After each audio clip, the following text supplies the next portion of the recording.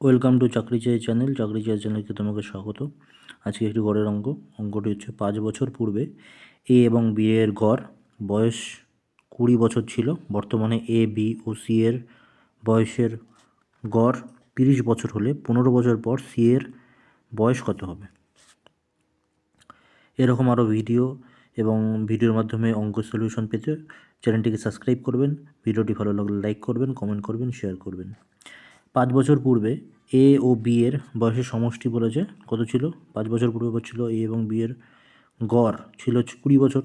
তাহলে গড় যদি 20 বছর হয় তাহলে সমষ্টি কত হবে? 20 × 2, 5 বছর পূর্বে 40 বছর বয়স টোটাল দুজনের। বর্তমানে এ এবং বি এর বর্তমান বয়স কী হবে? তাহলে 5 বছর পূর্বে ছিল 40, তাহলে 5 বছর করে বাড়বে, মানে এর বয়স 5 বছর বেড়েছে এবং বি এর বয়সও 5 বছরই বাড়বে।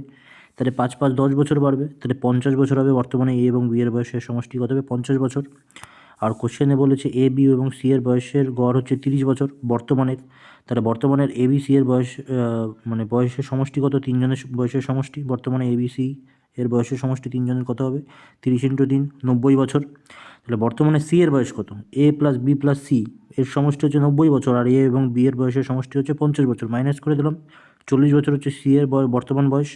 15 বছর পরে অঙ্কে কী বলেছে? 15 বছর পরে সি এর বয়স কত হবে? তাহলে 15 বছর পরে কত হবে? বর্তমানে যদি 50 হয়, 15 বছর পরে হবে 55, 15 40। বর্তমানে যদি 40 বছর হয় তাহলে 15 বছর পরে কত হবে? 40 + 15, তাহলে 55 বছর বয়স। তাহলে আমরা উত্তর পেয়ে গেলাম কত হবে? অ্যান্সার সি এর বয়স 15 বছর পরে বয়স হবে 55 বছর। Option number B. ভিডিওটা যদি তোমরা হেল্প পেয়ে থাকো চ্যানেলটিকে সাবস্ক্রাইব করো, লাইক করো, কমেন্ট করো। বর্তমানের এরকম ভিডিও আরও আসতে থাকবে।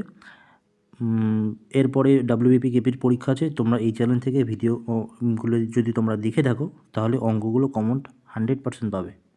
ভিডিওটি দেখার জন্য অসংখ্য ধন্যবাদ।